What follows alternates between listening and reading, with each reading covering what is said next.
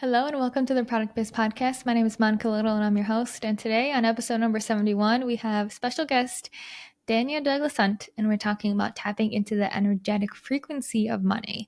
So you may not even realize it, but there's this sneaky thing called fear that might actually be causing you to overcomplicate what you're doing in business. So often we put pressure on ourselves to do more, to be more, to work harder, without asking what the intention is behind the actions we are actually taking. If the intention behind your action is fear, whether it be fear of judgment, fear of failure, fear of not having enough time, fear of not being worthy, fear of not being good enough, then the actions we take will be from a place of fight or flight mode, which puts our nervous system into a little bit of a frenzy and energetically shuts off from creativity, new ideas, intuition, and inspiration for doing the things that will otherwise actually move the needle. So if you feel like you are doing all the things in your business with almost nothing to show for it, if you're stressed out, burned out, don't know what else to do, well, today's guest, Danya, is going to flip your thoughts, beliefs, expectations upside down and get you thinking about new intentions you set for your business, new beliefs you lean into, new patterns, and new ways of being that leads to actual fulfillment, more ease with your business, and loops back to making more money. A little bit about Danya. She is a mindset performance coach who draws on her experience as a former Olympic athletic therapist and strength and conditioning coach to help visionaries, thought leaders, entrepreneurs, and experts get out of their own way and bust through income and impact plateaus and become unfuckwithable. That is exactly what she does. And I'm so excited to bring her on the show so you can hear the incredible knowledge and just uplifting conversation that she has to share with you today. So let's bring her on and let's get going. Welcome, Danya, to the Product Biz Podcast. I'm so excited to have you here today. Thank you so much for having me. Oh my gosh, Girl, we get so many conversations going. I'm like, we get to have podcasts like every single day. I know, we were just chatting and I'm like, I wish I hit record because we were having such a good conversation just about trusting and aligned action and fear, but everything that we're going to talk about today. So we'll pick up kind of where we left off and see where it goes. But before we dive in, since we're talking about money mindset and intuition, I would love for you just to introduce yourself for those who don't know you. Tell us a little bit about how you got to what you do now and what you do now and how you help entrepreneurs. Oh my gosh, how long do we have? Well, okay, so in short, I coach, I'm a speaker, podcaster, coach, but I really focus on entrepreneurs, visionaries, thought leaders, and I really help them get out of their own way and help them bust through like income and impact plateaus to become, wait, can I swear on your podcast? Yeah, of course. You can say whatever you want. Rated PG-13. Yeah, no, it's E. But I really help people like get back in their power and become unfuckwithable with. So that is combining things like neuroscience, high performance. I used to be an Olympic therapist and strength coach. And so working with Olympic athletes, that level of performance, pressure environment really transfers really well over to entrepreneurs playing at that level. I always like to say I'm kind of working with the Olympians of business and entrepreneurs, because when you're playing that big of a game, the nervous system regulation and the mindset is crucial, because that's usually what breaks or makes the entrepreneur from playing bigger or the athlete from making the team or podium. So yeah, and I combine like manifestation, energy, frequency, vibration, all kind of the fun stuff to just help the entrepreneur like get out of their own way and get back in their power and make the level of wealth they know is possible and the impact they know is possible, but without the hustle, the stress, the hard work, etc. That's usually attached to it. And I will say too, like, let's just put this here. It's never actually about the money. Like it is at a certain point, and then you get to another point where you're like, it's not about the money. It's like, how big can I play? Where can I take this? How much impact can I make? And the money is like a byproduct of who you are naturally being. So yes, we're going to dive into money mindset, and it's crucial to have a good relationship with money and uncover beliefs that are potentially hindering us from moving forward. But when you're playing at the level of the entrepreneurs I work with, it's like, how big can I play? What am I capable of? Where can I go? So yeah, it's, I don't know. Yeah. We can talk about like more about my past or just more about where we're going. I just, you let me know. We tend to just open up conversations and go down lots of rabbit holes. Can you? Okay. Can you hear me? Here? Okay, cool. Yeah, I can We'll hear just you. cut that last part out. Okay, awesome. I mean, I love that intro. And really, what got me excited about having you here today is number one, I mean, you're one of my coaches that I really look up to. And I have learned Oh. so much from you just in terms of like nervous system regulation and money Mm-hmm. mindset. And also just conversations that we've had. I mean, one that comes to mind is how we had that conversation of how you don't work from 9 to 5. And I'm like, Oh wait, yeah, what? you Because I freaked work the from fuck out. 9 You're to like, 5 what? Yeah, Yeah, I was like, yeah, that's possible. How does someone yeah, run their own very successful business and not have like a yes, set schedule on how they work? And you really yeah, have helped me to uncover like my own beliefs of, okay, I work from 9 to 5 because I feel like that's maybe me doing a good enough job, or I feel like I'm getting enough done, or I feel like that's yeah, my quote unquote like success of the day if I was productive yeah, for 8 hours or whatever it was. So I just love yeah, the perspective that you bring because I think it's such a different perspective. But from myself and also the people listening and my clients, I know I had you in Product Biz Academy and people just love what you had to yeah. say about money Good. mindset, nervous system regulation, and how it all comes into play. So what I really want to start with is just asking you when we talk about like money blocks, and I love what you said. It is about the money, but it's not about the money. But let's start with like the money Yeah. side of it. What are some of the most common money blocks that you see that entrepreneurs have? Like how does it really show up, or how do people really know if they have money blocks or if they're playing small? Okay. Can we just do one sidebar? I can't help myself. Yeah. Yeah. Yeah. What you just brought up around the 9 to 5 thing, I wish people could really understand what that means and how valuable it is to challenge your thinking and your current paradigms. So many of us are going through life on autopilot and doing things because we think we should, we have to, or just doing things because we haven't actually sat and questioned, why am I doing what I'm doing? Do I even like what I'm doing? And I want to bring up two really quick stories. One was when I was in my Olympic career, I had spent tens of thousands of dollars getting a really freaking hard degree, passing board exams, and like I got my dream career out of the gate. Like that's not something you just get. It's like I worked my ass off for that and I was proud of that. And then it got to a point where that was no longer aligned for me. And most people have like a nudge or like an intuition hit or something that's like this partnership, this friendship, this business idea, this job, something is not aligned for me. And instead of sitting there and questioning stuff and actually challenging your thinking around it of what's possible, whether it's the beliefs or the perception or your identity, we just end up settling. And this is like my such passion because you only know what's best for you and only you have those answers. So my job as a coach is to help you uncover what's best for you, not to tell you what to do. Like that's just like, who am I to say how you should live your life, what you should do? And so it's funny because even though I shared how I operate, that sparked something within you that's like, well, hold on a second. Do I even want to operate this way? Like, why am I doing 9 to 5? Why? And that opening of awakening and questioning and just challenging your thinking of why you're doing what you're doing in any capacity is the door that just peeks open of like challenging kind of everything. And it gives you the sense of being back in your power, choosing why you're doing what you're doing versus just thinking you have to going with the flow. So with everyone here, it can be unnerving because look, I had that nudge and I was like, what? I can't leave this. This is a salary. It's safe. It's like I worked so much, like spent so much time in this, investing so much money to get to where I'm at. And I'm there and I'm doing it for 5 years and I'm like, uh-oh, I don't want to do this anymore. And I could have sat in that career and I could have sat there for like 30 years. And I was really good at what I did. However, something was not aligned. And I would, had I not made the move to challenge you, just to get present and challenge, like, why do I do this routine and this health thing or this, whatever it is, without the questioning, most of us are just operating on autopilot and just Yep. going through the motions with the flow, leading to unfulfillment, to stress, to unhappiness, etc. When really it's all a matter of doing is just pause and just question, get curious, have fun. You don't have to do anything, but just at least, please question some stuff.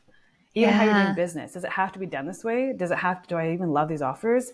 And my passion is to help people really live like my podcast called Play Bigger, not settling in every aspect. And yes, it's possible. Living life where you're like so excited to wake up to and you love what you do and everything you do energizes you versus like, oh, here we go, heavier pressure of stress. Like it doesn't have to be that way. So you brought up a good point, but I'm like, let's just hammer this in because wherever you're at right now, you can pivot and change. You can do things differently and just start to question why? Like, why am I even doing this way? And you'll recognize it comes down to your beliefs, your identity, and what you like past programming, which we've all learned versus choosing intentionally how to move forward and consciously creating it. And when you're in a conscious creation mode, damn, watch out because you get in flow and it's like boom, boom, boom, boom, boom. Things that come to you, you can't even imagine were possible, but you're in conscious, intentional creation mode versus just like rabbit hole autopilot. Yeah, and I love that too. I'm gonna mention one thing on that because we were just chatting about this before we hit record. But for me, I mean, this whole 9 to 5 conversation just totally blew my mind because I worked in corporate offices, went to Yes. college. Everything has been very structured. Like you're here from this time to this Mm-hmm. time. So when I left my corporate job, that's exactly what it was. Like, okay, I've always worked 9 to 5, so let me keep working 9 to 5. So Yeah. when we had that conversation, and you were saying, "Oh, I just kind of work when I feel inspired, and I get done when I need to." And you Yeah. even said, like, I don't even know what day of the week it is sometimes. And I'm like, I know when it's Zero. Saturday or Sunday. I know when it's Yeah. Monday or Friday. Like, I know what's going on. Yeah. But it's been so interesting how you said to start to question things, because that's really what I started to do after that conversation. I'm like, okay, well, why do I have to work, quote unquote, have to work from 9 to 5? Well, because I feel productive. Okay, well, what is productive? What does that give me? Well, it makes me feel like I'm Yes. successful, like I'm actually making Yes. progress. And then you start to question, well, is that really success? Is that really progress? What actually leads to that? And it was so Yes. interesting. We were talking about this book that I'm reading. It's called Entering the Castle. And one Mm. thing that she actually says in this book is, if you trust, and this is where I want to also pick your brain, if you trust in some sort of higher power, right? Have it be God, universe, source, whatever it may be. But as soon as your schedule is out of alignment, you start to go crazy. You go down a spiral. You're like, oh my Yeah. gosh, but I was supposed to work from 9 to 5, and now this came in, and now my schedule is totally off track. Like that's how I used to feel. And this Mm-hmm. book questions, like, do you really trust if you're going down a spiral because one thing messed up your schedule that you're so accustomed to because you have so many like beliefs really built Yeah. into the schedule. So hearing Yeah. that for me has been a game changer, and even goes into this morning. It gets like so crazy deep how it goes in. This Mm-hmm. morning I'm like, do I want to go for a walk? And my first instinct was no. And then I asked myself, well, why not? And then it was like, well, I have so much to do, I better get to work. And I'm like, Yes. okay, no, I'm not going to listen to that. I'm going to go for a walk because a walk is going to make me feel excited and energized and just feel Yeah. better. So no Yeah. matter how much I have to do, if I'm saying yes to, I need to get started with work right away, I'm leaning into more of like the fear and the scarcity and not enough and time and got to get working. So I would love to just Yes. get your perspective, because I know Oh, my brain's this going in so many directions general. right now. I know. I know. Okay, so hold on to one of your points. Just because I can hear people right now freaking the F out. They're like, what do you mean? You're just like, don't have a schedule. Look, when you really develop a relationship with yourself and your intuition and your higher self, like we talked about first, our minds, our subconscious brain and our mind, our conscious mind is, our subconscious brain primarily runs everything we do, and it's designed to protect us. It's designed to respond and pick up data and put it through our own filters and protect us and keep us alive. That's its first directive. It is not designed, yes, we come up with ideas and whatever, but it's really not designed to like guide you. It's designed to like process the information in and get present, receive it, and then act on that. Most of us are using our conscious mind to like think and the how to and this, and that's not its job. So that can already be like, what the F are you talking about? Your intuition, the connection to all knowing things, your subconscious, like consciousness itself is a massive topic, but your higher self, and we can talk about real quick here, quantum physics is like all timelines exist at one moment in time. And like I'll close all these loops. Just give me half a sec. So how do we anchor even that thought in? What do you mean all timelines exist? Let's use a music example. Where I'm placing my attention, what I'm observing is going to be my experience. Now, let's layer that on how I define something. So you use the word success and productivity, and you're starting to challenge, well, how do I define that? Is that something I've learned based on society, indoctrination, moralistic thinking? You bet your ass. What was around you? And so even just challenging the definitions of how I define something is going to be my experience of it. When you actually grasp that and you're like, where do I get these definitions from? We have learned most of that. So money, business, relationships, what's possible. And then when we don't do the definition that we've learned, there's shame and guilt and this turmoil because your nervous system is regulated to one aspect. Your subconscious mind is regulated to one aspect. And here you're doing different shit. You're like, well, no wonder you're going to have mind drama and physiology going on. So if we just take our power back and recognize, one, how I define something is my experience of it. Can I define it differently? Is it possible to? Heck yes. Two, nothing has any meaning except the meaning you give it. That sentence itself, if anyone grasps that and actually applies it to anything in their life, that can change your life. Yep. Nothing has meaning except the meaning you give it. Most of us give disempowering meanings because why? Our brain's looking to protect us and keep us safe. So if we have a comment or someone comes to our live event and says, well, I didn't really get much out of this, we go right back to, oh no, what's wrong with me? I'm not a good coach. I'm not worthy, da, da, da, when it could mean something totally different. Okay? back to quantum physics though, is what I'm observing, where I'm placing my attention, okay, is what I'm going to be experiencing. That slice of reality that's going to go through my own filters, beliefs, programs, identity definitions to create my experience of reality. It's not the reality, it's a slice of reality with my own filters blocking it. But when we say all timelines exist, think of it like this. When I'm tuning into a radio station and I am dialing into 103.5, I am observing, placing my attention onto 103.5, and a song comes in. We match the frequency. You go from like static to like, oh, the music comes through in place. And you're on that frequency and vibration to tune into 103.5 and music comes and plays through. Mm-hmm. You, my friend, everyone here, everything's energy. You're an energetic being. And based on your frequency and vibration is what you're going to attract in, like attracts like. Law of attraction, law of vibration, etc. All of that's playing a factor into what's creating your life right now. That doesn't mean to say, though, that the other radio stations aren't playing music, right? Think about this. There's watching a movie. If I'm watching a movie, does that mean every other movie theater across the world is not playing movies? No, I'm just not observing or tuning into that. Yeah. So when we think of our timelines and what our current reality of experience is, it's really based on where I'm observing, where I'm placing my attention, and the frequency that I'm attuned to that's causing this slice of reality. But there's other versions of reality going on all at one time. And it helps to me, at least, because I heard that. I'm like, what the fuck are you talking about? This is like way too weird, but it's not. If you think of quantum physics, it explains how all timelines exist. And you think of music. Like just because one song is playing doesn't mean all the other songs aren't playing. It's just where am I placing energy and attention? Mm-hmm. Okay, so there's that. The other thing I really want to anchor back into is what works for you. So your intuition, your higher self is always guiding you. That is where you get the nudges, the creative ideas, the downloads, but most of us can't listen or hear intuition because we're so caught up in our mind drama, our physiology, our past thinking beliefs, etc. You even just challenging and saying, well, hold on a second, 9 to 5, why am I even doing this is a start. And that's like the crack of like that, hold on, there's like a paradigm shift here potentially. So, and I hope I'm closing this loop we talked about before, but how I do things works for me. Mm-hmm. I had to learn what works for me. I had to challenge my thinking of what works for me. How do I define success? Where am I in my flow? So a lot of us, we create these like self-constraints around boxes. Oh, I'm a night owl. I'm a morning person. I'm a perfectionist. I'm this. No, we have tendencies or habits or thoughts or beliefs or definitions of that. But that's not who you are.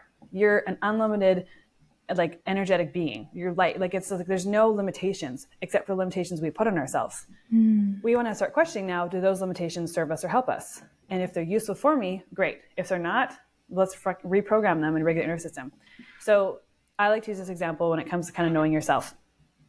Some people love structure. Some people love time blocks. Some people don't. They love freedom. So if I gave you 3 examples of, okay, Monica, I'm going to give you a canvas. You can paint whatever you want and have all the colors. Some people are like, yes, that's me. I want full autonomy, creative flow, etc. Like that's how I operate best. Then some people would prefer or operate best if I say, hey, Monica, here's a canvas. Paint a picture of nature, and you've got 3 colors. So there's some structure, but you still have a lot of autonomy. And there's some people who work better by paint by numbers. This color, this exact spot, bing, bong, boom. If we don't take the time to, 1, question our own paradigms, our own definitions of things, but 2, get to know ourselves and how we work best, we're just going with the flow. And we're just like a beguine, like not in our own conscious, intentional, creational power. And so for some people who are like, what do you mean? You don't even know what date is? And like what works for me is not going to work for you.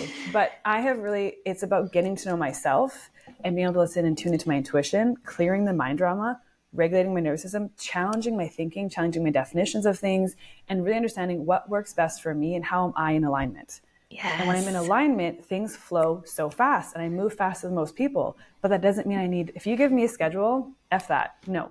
Yeah. Like I'm the one who's like the middle. I need a couple colors and I need, a direction, but then let me do my magic and flow with that and create within that. If you give me paint by numbers, you give me everything open, that's not how I work best. So as you're listening to this, start to recognize, well, how do I work best? Am I just going through the motions, doing things I have always done? Maybe you change from corporate to, entrepreneur or vice versa, or you're in the entrepreneur space and you just have your team, you're just going through motions, doing what you always done? Or can we start to question, does this structure, this paradigm, this identity, this belief useful for me? And if it's not, how do I begin to have awareness of how do I operate best? Where am I in flow? What's my intuition telling me? And if you're like, I can't listen to my intuition, Great. Then start with the mind, drama, and the beliefs and regulate your nervous system so you can actually hear and receive from your higher self, your intuition, how to best move forward for yourself. Yes. Okay. And I think we that's what closed I all the wanted. loops. Yes. Okay. And that's Okay, what I hopefully. want to dive into. I need Okay, to cool. grab my charger really quick. But then Go for it. in 2 seconds, once I come back, what I want to dive into exactly what you just said. Like, how does someone actually tune into their intuition? I love how you said mind, drama, nervous system. So give me Yeah. 2 seconds and then let's dive in there. Okay. 1, 2. Just joking.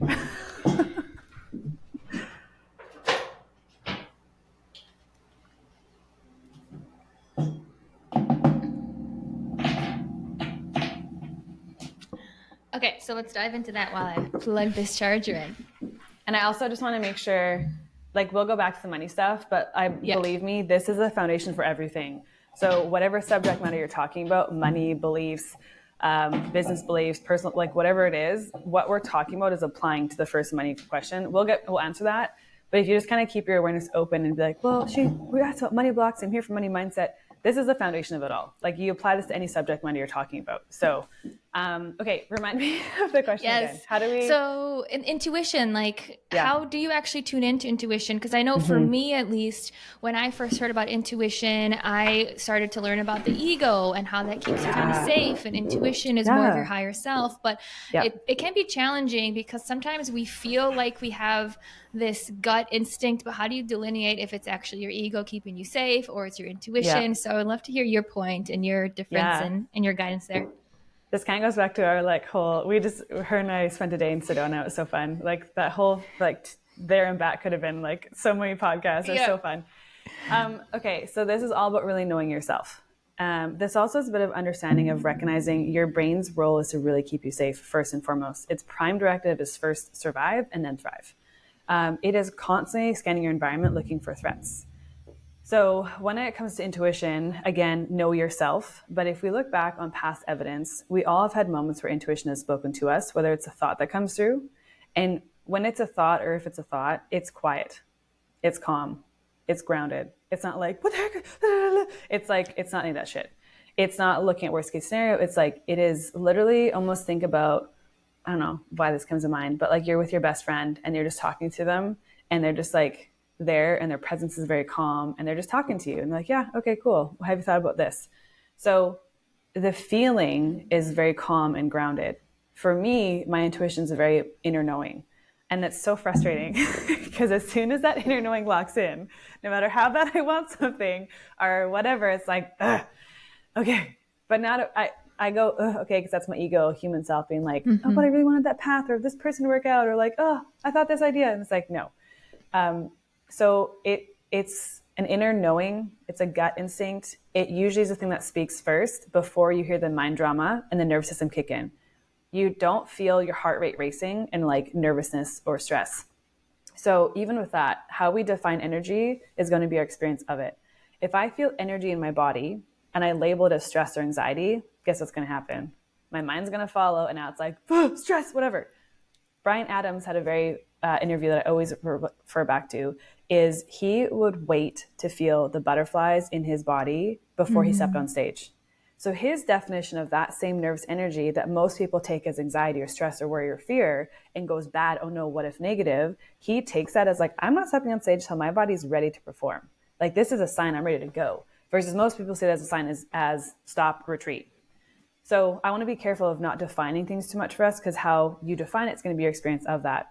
But intuition is calm, quiet, grounded, inner knowing. And it usually speaks first. So if I ask a question, you're going to have an answer come up, but then you're going to have the critical factor mind and like come in and be like, what about this? And like doubting, questioning stuff. And you might start tapping into your physiology where your heart's racing or your like nervousness. But the reason most of us can't access this is we're so caught up in our day to day. We don't even want to take 5 minutes to just sit and ground. Whether you put your feet in ground in nature, this is like, you're an electromagnetic being. Thoughts carry frequency. You literally, this is science. Just start looking up your energy. Your thoughts create frequency. Your words create frequency. They can change your state by just saying certain things. Grounding in nature helps literally ground your body and like recalibrates it just by putting your bare feet in grass. So when we're looking at what's preventing me from taking 5 minutes to just tune into my intuition, it's usually going to be a fear, a thought, what if I fail? Or what if I do this? I don't have time. I've got my kids and my business and this is it. Yes. Well, no shit. You can't hear your intuition because you're not even giving yourself a chance to tune in and get present and listen. So for a lot of us, we haven't strengthened that muscle over time. When I first started out, it was like, I just asked myself questions like, should I eat this or this? Do I go this way or this way? I started with small things that didn't have a lot of pressure or stress attached to them. And now when I'm in what most people would be freaking the F out on, like, let's talk about the massive pivots I made in my life. It's because I've practiced strengthening that muscle of tuning in and listening to how does my intuition talk to me? Is it a thought or is it a feeling? For me, it's both. Sometimes I actually get a flash of like a picture. Like I talk to you, Monica, when I'm on a path, I'll say, do I go left or right? And sometimes the visualization of like the end of one path comes up. I'm like, boom, go that way. And so you have to take the time. No, you don't have to, because even have to is pressure language. If you want to listen to your intuition, you get to take the time to get present and just start asking yourself questions. Give yourself things to respond to. Get present and quiet, and you'll start to learn how your intuition talks to you. Mm-hmm. But in terms of characteristics, it's definitely calm, grounded, inner knowing. Usually the first answer that comes up for you, without the chatter and the physiology freaking the F out. And then just practice it with smaller things, like even food. Before you start practicing, like, do I leave my 8-year relationship that I'm engaged to, or my career, or do I pivot and like put my stuff in storage and just become nomadic?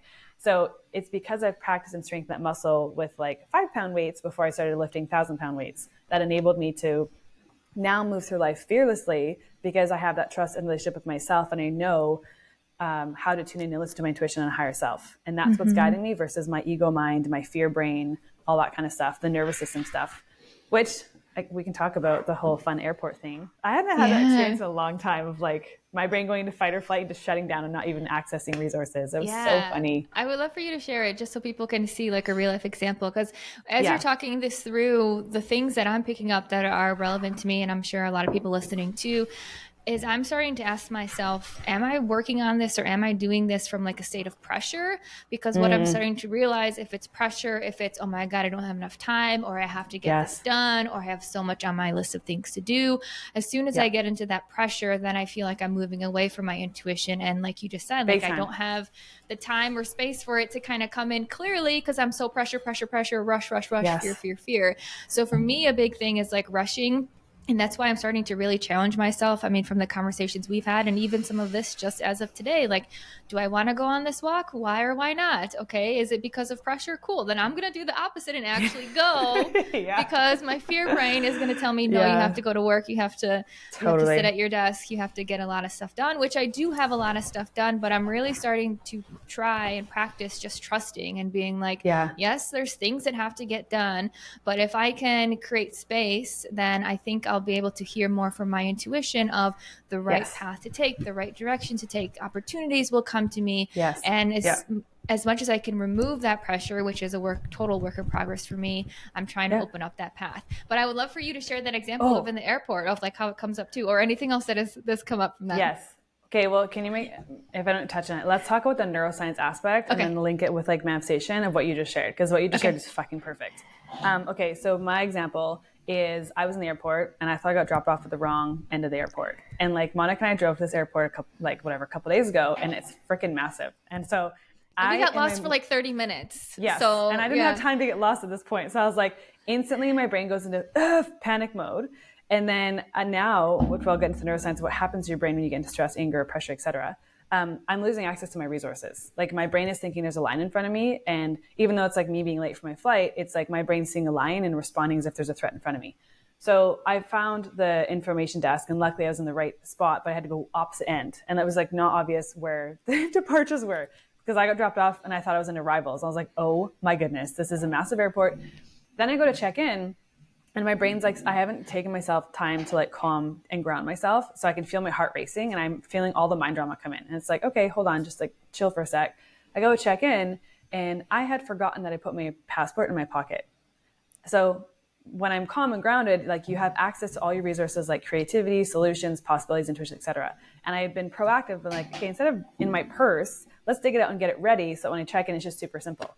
Well, because I got triggered and I thought I was in the wrong space, I was like, my brain, and you wouldn't see me in the airport and be like, she's freaking out. But inside I was like, my brain saw a trigger, felt the trigger, and just shuts down. So I go to check in and I empty out my whole entire bags. And I'm like, where the fuck? Now I'm going more in mind time of like, what the heck? And I was like, no, just stop for a sec. Like, I had this with me. I know it's here. Like, just ground in this. And then I start patting my jeans. I got these new jeans and the pockets are huge. And it's in my front pocket. And I was Oh my like, God. I laughed at myself. So I'm like, here I am in classic fight or flight mode. This is a response. And what does my brain do in fight or flight mode? It's looking to survive and run away from a lion that's coming. And so I lost all access to the ability to be like, instead of emptying out my shit all in the airport, I could have been like, hold on a second. I would have remembered that I put it in my pocket. So And I love that too, if I can just say one thing. Yeah. I love what you said earlier about how like your experiences, past experiences can create like beliefs and patterns. So what happened here is we had an experience 7 days prior where we were picking up a friend from the airport. We went to the wrong place. We drove around for 30 minutes. We couldn't find it. We're like, what the F is going on? Where is Diana? Like, we're smart. We read the signs. Yes. What the heck? We're like two very smart people. How are we not? We read the signs. We followed the instructions. Yeah. What is happening? Yeah. But that's so interesting because then what happened is that pattern, because that happened in the past, now you had like that experience or that belief, maybe not a pattern, but that experience or belief. And then when you were running late and then you didn't know if you were in the right spot, then it kind of triggered it again and led to this domino effect. Totally. So I just wanted to hone in on that because then we can think through what past experiences do we have that if we have a little trigger from it, we start to do this domino effect of thinking, you know, like you said, fight or flight, holy shit, what's going on type of situation. Okay, but then you were leading into like the neuroscience manifestation side of things. And then let's explain the neuroscience and then let's link it to manifestation and then let's link it to how people can start uncovering their own triggers and stuff. Like I don't know how much time we have. We can talk for like 10,000 hours. Okay, so the neuroscience of it. So when we go into how many of us experience like pressure or stress or fear or even shame or guilt, any of those emotions we label as like disempowering, right? So remember, our brain's job is to protect us and keep us safe. First and foremost, your subconscious mind. Your subconscious mind, it runs like 99% of everything you do. And to anchor that in, what does that even mean, Danya? I'm talking to you right now and I'm forming sound and my tongue is moving somehow to like talk to you and formulate thoughts and express that. How am I doing that? How am I moving my hands without thinking? How's my heart beating? Your subconscious mind. So once we do things with enough repetition and intention or emotion, your brain goes, okay, cool. You must need this to survive. I'm going to take that off your conscious plate and put it on an automatic program. All of us here have so many automatic programs running because your brain's doing its job of like, okay, well, you've said this enough times to yourself, or you've had this same emotion or same experience. You must need that to survive. Your brain is not moralistic. It doesn't know what's good or bad. It just goes, recognizes a pattern, takes it off your plate, runs it. So many of us right now have patterns that are running that aren't serving us. Thoughts, beliefs, feelings, whatever. So when we experience a thought or a physiological sensation of like stress or anger or whatever, your brain's, I want you to just everyone imagine from now on, keep it super simple. Your brain is sensing there's a threat. And to that threat, your subconscious mind is saying there's a lion in front of me. So what it's doing is it's shutting down the resources that you don't need in this moment because you don't need to be worrying about digestion. You don't need to be worrying about your intuition or creativity if there's a lion in front of me. What you need to worry about is not becoming lunch. So brain shuts off certain capacities, shuts off our parasympathetic system, which is all about rest, digestion, healing, etc., creativity, intuition, seeing possibilities, shuts that down and makes your legs strong. Why? So you can run. So if we could start to recognize when we're in that state of pressure, stress, anger, fear, what's going on at a nervous system level and a subconscious level is your brain is preparing to run away from a lion. Now, you're like, what the heck's the point of that? It is a highly sophisticated system, but it is built for the jungle. It serves animals very well. We have the same subconscious brain and nervous system as animals. So you think when a lion is picking up data, a zebra is picking up data, there's a lion nearby. Now the mind takes in information and causes an emotion or an action or sensation within the lion's body to move, run away so it doesn't become lunch. Where it's kind of faulty or dysfunctional for humans is we have that conscious factor. We have that advanced mind. We as humans have the ability to store information. Animals don't. So for an animal, when the system gets triggered, fight or flight, okay, the lions outrun the zebra, you go, oh my gosh, zebra. Oh my gosh, zebra. That lion was huge. Did you see the size of that lion? The zebra literally goes, what lion? Because it doesn't store the information in. Well, humans, we store everything. And we've had several, like hundreds and thousands of experience over our lives of when we're little, as we're growing up, where our brain is starting to attach meanings and interpretations of things and storing information. Because if we've had a disturbing experience in our past, whether we consciously know it or not, and that disturbing experience can be someone giving you a bad look when you're going up in second grade to talk in front of the class, and now your brain goes, whoa, there's a threat, I might get killed. It's going to store that, and that's actually going to make the data bigger in your mind, because it's trying to say, if there's anything like this, similar to this in any capacity, we're going to make sure we run away from it. We're going to trigger the system, fight or flight, to survive and get away from this. It's kind of like the example I use with, let's say, a war vet. Let's say he retired and he spent 20 years serving, and he's now with his grandkids in the living room, and a firecracker goes off. Mm-hmm. And all of a sudden, Grandpa's underneath the couch, and he's freaking shaking the fuck out. Like, he's like, as if something's gone off. And you're like, Grandpa, it's just a firecracker. What's going on? Yes, but a firecracker and a grenade, similarities have boom, boom. Like, it doesn't have to be the exact sound, but if there's similarities at all subconsciously to a past disturbing event or an experience for you that you might not even label as disturbing, but it caused some emotional turmoil, your brain's going to go, whoop, let's blow this data up and make sure that anything similar to this in any capacity. It could even be you don't like someone's energy or you don't like someone's presence because they might have the same tonality as your third grade teacher who embarrassed you in front of the class. Like, you can't consciously always know this, but your brain's job is looking out for threats all the time, scanning the environment. So with the grandpa example, you realize that he was in the war and his best friend got blown up by a grenade. And that trigger is still looping in the subconscious mind. And so now linking it back to kind of what we talked about, whenever we're going into fight or flight, and we know this by physiology freaking out or a mind freaking out, I want you to start recognizing my brain is looking at something in front of me, whether it's a mean comment, whether it's me increasing my prices, whether it's me speaking on stage, hitting record, whatever that is. It doesn't know that that's not going to kill you. So if I have a thought or past experience or belief about something in leading up to this, and I have that mind drama or physiology, it's seeing a lion. And so what is it doing? Getting your legs strong to run or your jaw stronger to bite.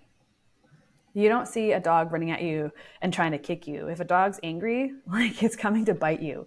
And that's the same system that we all have as humans. It's built for the jungle, but it's not designed for a sophisticated world. So then we learn, how do we hack this? How do we get the data that's been enlarged and the brain's going, okay, if anything's like this, let's make sure we don't go into, like, that almost killed us, even though consciously it didn't, but subconsciously it doesn't know that. It doesn't know the difference between what's real or not real. Mm-hmm. That's why we can have a thought about a past experience and trigger the exact same physiology experience in our body. Why? Well, your subconscious mind doesn't know what's real and not real. That's why we can watch a movie and, like, be so heartbroken or get scared when someone sends you a TikTok of a spider jumping at you. You know it's not going to jump at you, but your subconscious mind doesn't know what's real or not real. So it's responding to this stuff. And so where this comes in for a lot of people is we think we have to just deal with the triggers or the PTSD or the emotional turmoil or the mind drama. It's like, no. You just have to get your subconscious mind on board and have it process the things that have happened in the past that have caused triggers or activations, whatever you want to call that word, essentially the mind drama or the physiology that's not serving you, right? Because when we can clear that stuff, you get back in your power. But now we can see, okay, now it's seeing a lion. Even though we know it's not a lion, it's like me just raising my prices. But when we have but what if no one buys?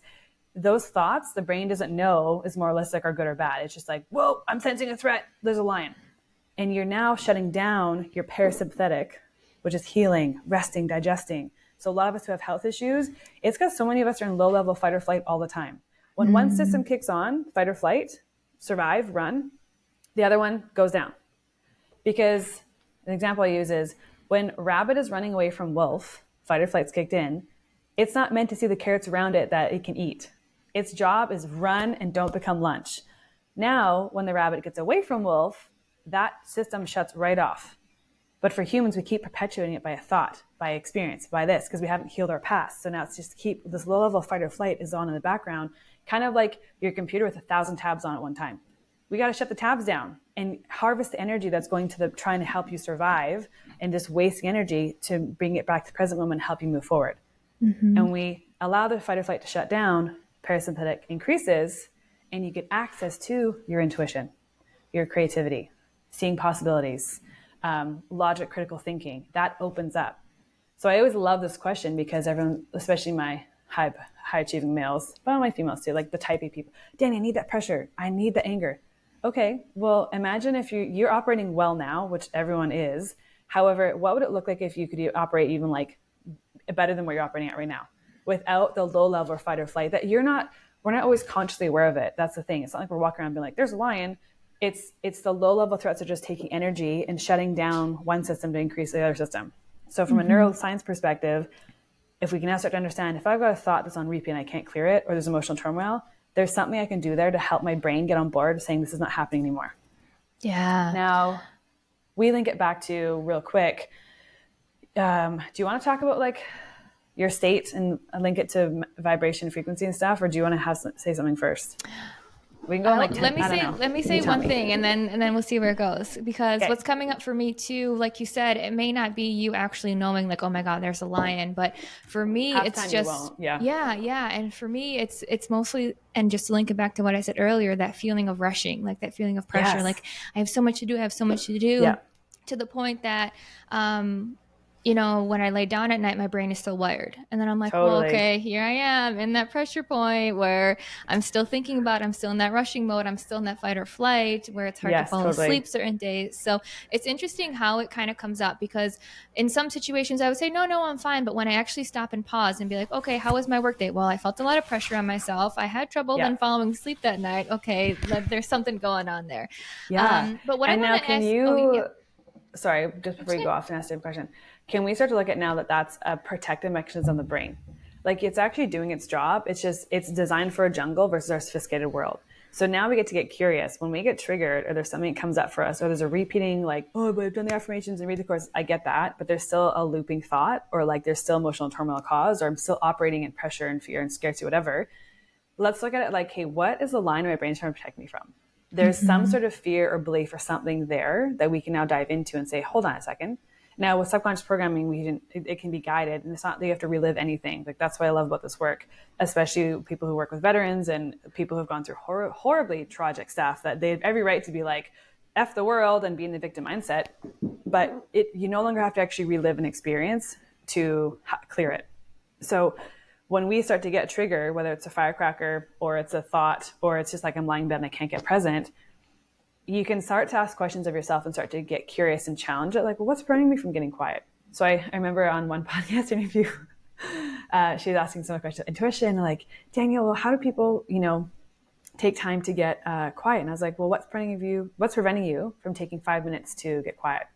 And that question sparked a lot. And we went down a bit of a rabbit hole, because we got to uncover where the fear is. Where is the fear, and shine a light on the fear, the belief, the thought that's essentially driving the intention of all of my actions moving forward, right? So real quick, if we look at our results are just the external manifestation of previous amalgamation of thoughts, beliefs, actions, whatever.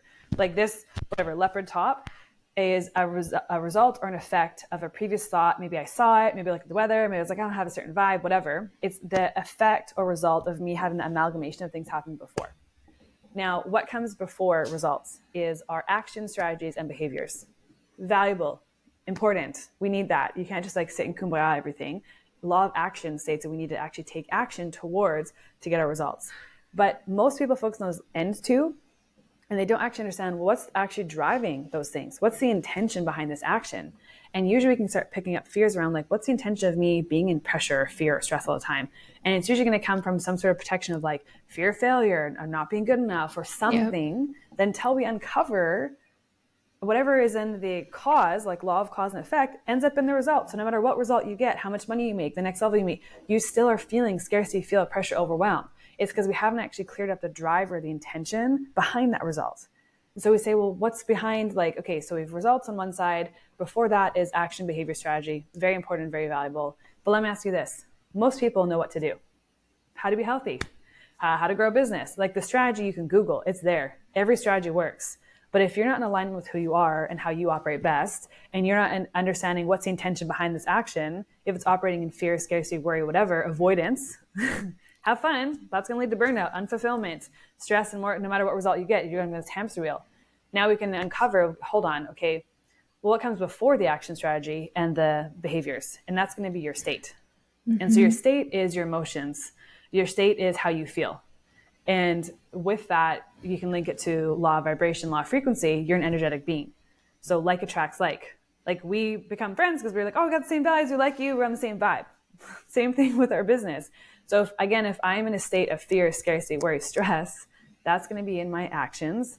How many of us invest in coaching containers because like, oh, I just need this, and there's so much pressure or stress, or try and do sales calls from that perspective. Subconsciously, people pick up on energy. Like, we've all walked into a room where someone's like, this guy's fucking creepy, or like, this person's desperate energy, or like, whoa, something's off in this room. We can sense and feel it. Whether we can label it or not, you're an energetic being, you can pick that up.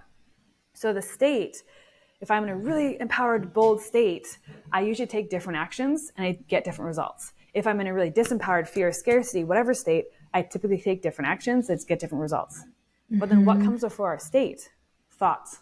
Thoughts and state mirror each other really closely. So the beliefs, the thoughts I'm having on repeat, thoughts are frequency. Thoughts affect your frequency, your vibration, what you attract in, what you don't attract in. Your words can change your state. Going from like, I have to do this to I get to, one word can change your state. Again, it creates a ripple effect to your results. Mm-hmm. But then what becomes before your thoughts? And that's your subconscious mind, your identity, your beliefs, your values, consciousness, what you're connected to, your higher self, intuition. That's guiding everything. But most of us focus on, just going to say it, the easy shit. Work harder, take the action. Look, if working hard and taking action is that's your secret sauce, I don't know what to say there, because that's the easy stuff to fall back onto. It's where we feel productive. It's where we feel this. What happens if we can now start to challenge? What's the intention behind this action? And what's actually driving these results? And what, I keep getting this result, and I've had my highest, we just had a conversation the other day with another client. It's like they hit their highest month ever. And they're like, yes. And then they switch right back into, whoa, shoot, how do I repeat this? And what if I can't do this again? It's because they haven't cleared up what's driving them to get that result in the first place. And until you do, you're either going to get maybe blips of success or blips of increase, but then you always come back to your homeostasis, your thermostat that's programmed. Yes. Do we need to go over a thermostat example, or do you think that's, what do you think? No, I think that's perfect. I think that's perfect because as you were talking, I mean, I think this wraps it up into money mindset, which is what we kind of started with, right? Because you said 45 minutes later, guys, we're back to money. We're back to question number 1.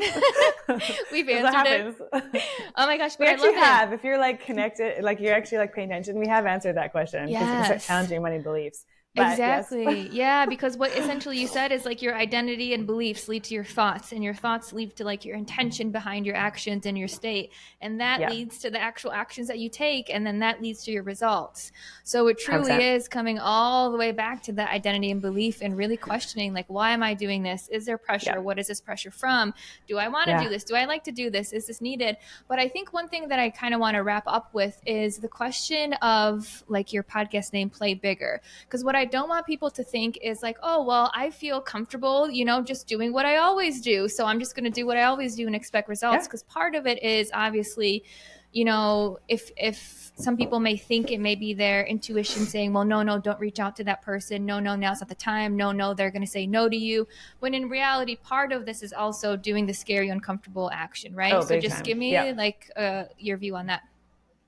Yeah. Okay. So here's the funny thing. We all actually know what to do, but it's, do you have the courage to actually do what your inner knowing is to do, right? So whether it's setting a boundary, whether it's saving a partnership, pivoting your business, whether it's reaching out to that person, whether it's slowing down because you're like, I know I'm on the verge of burnout, but just one more thing, one more client, I'll just one more thing off my list. We actually know what we should do and need to do, get to do, I should say, because that's pressure language. And the question just comes back to us is like, what's preventing me from listening to that inner nudge or inner knowing? Mm-hmm. What's preventing me from doing what I know I need to do, whether that's a certain health habit or building my business? And I also just want to make sure we put this in here too, is until you regulate your nervous system and get your subconscious mind on board to your conscious desires, you always come back to your current results. You might have moments of change, but overall, the progress is not that great or that big of a difference. You always kind of come back to your own inner knowing. So until you reprogram your mind or start challenging, like, what is this belief? What's this identity? And also regulate your nervous system to get on board your conscious desires, we might say we want to have $1 million a month business. But when you say your desire, is there any resistance? Is there any fear, any freaking out? And if there is, we can consciously know it's a good thing we want these things. But if you have any sort of blip of like, whoop, or like freaking out or emotional, like turmoil or mind drama, and a lot of it, we have to clear what that is first before we can move forward and trust and listen to our intuition. Mm-hmm. So yes. Okay, let's talk about some real life things. Leaving an almost 8-year relationship, engagement, calling it off. It made no logical sense. Like oftentimes your intuition doesn't make any logical sense. Zero. I can say the last 3 years of my life. I've like put myself in surge. I'm very nomadic. I've left careers. That was before 3 years. I've left a partnership where nothing actually makes logical sense. But when I'm clear and I'm tuned in, it's that calm inner knowing and grounding moving forward. Like I know this is the most aligned thing for me to do moving forward. And it's whatever's best for me is best for the person within my life too. We're both much happier, et cetera. And it worked out well. But had I listened to the fear, or had I listened to what was logical, or had I been not applying my own coaching tools to myself, I probably would have stayed and we both would have been miserable and happy. So your intuition, what's in alignment for you still feels very calm and grounding. It's like this inner knowing. And you might have the mind drum and you can do tools to help clear that, like subconscious programming, nervous system regulation, all that fun stuff. However, it's almost like you know that there's a pull there. So whether it's ask out for that person or reach out for a collaboration or say something, there's an inner knowing that's guiding you there. And then what happens is the fear, the emotional turmoil, the mind drama comes in after. So can you listen to the nudge and hear the whisper and that groundedness, and then recognize what's coming in after is your brain trying to protect you and keep you safe. Mm-hmm. That's a lie and it's a threat, because until you regulate and get your conscious mind and subconscious mind on board, change to the brain is a threat. Good change, bad change. Those are in quotations. If it's something different than you've done before, reached a certain level of wealth, got a certain bag, asked a certain person out, done something different, your brain's going to see it as a threat. It doesn't know moralistic thinking, and it doesn't know what's good or bad. It just goes, whoa, whoa, whoa, you've never done this before. This is a threat. This is going to kill me. And you can consciously say, it's not going to kill me, but your subconscious mind doesn't know that. So if you recognize any change to the brain is a threat, you can start to say, okay, how can I start normalizing that change now? And you can absolutely do that. How can we tap into our senses and make it, again, hack the mind? Your brain doesn't know what's real or not real. So if I want to make $50K a month and I start feeling shit going on my body, my mind, yes, I can clear that. And also I can now regulate my mind to that. How can I experience that now? Can I spend 5 minutes in the morning experiencing like, okay, Danya, you got 50K a month. What does that feel like? Like really embody the senses, get your senses into it. Act as if, operate from your goals, not to your goals. And as you do that, as you take action towards your goals, one, that tells your brain that's not a threat, because who the heck moves towards a lion if it's going to try and eat me? Mm-hmm. But two, you on your own, without having anyone else, can just start tapping into creating that experience as if it's real. Spend some time visualizing, tapping into your body, get your senses on board. And over time, your brain's not going to say that's not a threat because you've done it enough times. Your mind's not understanding what's real, not real. You start taking action towards it. And that's a way you can start hack as you're growing and evolving as an entrepreneur. Does that answer your question? Yes. Okay, cool. I love it. I was like, I'm going on tangents here. Like, oh my gosh. Okay, so good. So many different ways. So good. Okay, well, that was just such an awesome conversation. You are such a wealth of knowledge. Thanks, and friend. like we said, yeah, we went up to Sedona and I was just picking your brain and getting so much good insight from you. I'm like, these are the best conversations ever. So I think just to wrap up, you talked a lot about addressing the subconscious and making sure your conscious and subconscious are on the same page. So I think people are obviously going to be interested in this. So share what you do, where people can find you, your podcast, because that's essentially like what you help people with and what you specialize in, all of these things we've talked about. So where can people find you to keep in touch? Yeah. And like, here's why I'm so passionate about this is because usually most often what stops us is not the action. It's not the how. It's like our own mind, our own past beliefs, our own identity. Like switching from an Olympic identity to an entrepreneur identity was a transition. I have help through that. So whatever your situation right now, however you see it, good or bad, whatever you want to go, recognize it's absolutely possible. You just might need to hack your mind and body to get on board and help assist you to get there versus working against you. So if you learn anything of just having your mind protect you, there's nothing wrong with you. It's just there's some sort of disconnect, things you have to heal from the past and or just regulate to get on board to where you want to go. But it's absolutely possible. So I love this because I'm like, man, there's so many change makers and visionaries who aren't doing things, aren't stepping forward, aren't thinking bigger because of their own stuff. And you're like, clear the stuff, and then what happens for you? So where you can find me is on Instagram, my name, Danya Douglas Hunt, just one word. My podcast is Play Bigger Podcast, and we have lots of fun conversations on all this stuff too. And in my Instagram, there's a link in my bio for lots of free resources and different ways to connect with me if you want to do deeper work on this stuff. Awesome. I'll make sure to link everything in the show notes. And just thank you. Thank you so much, Danya. Such a great conversation. So grateful for you. And thank you for stopping in and chatting.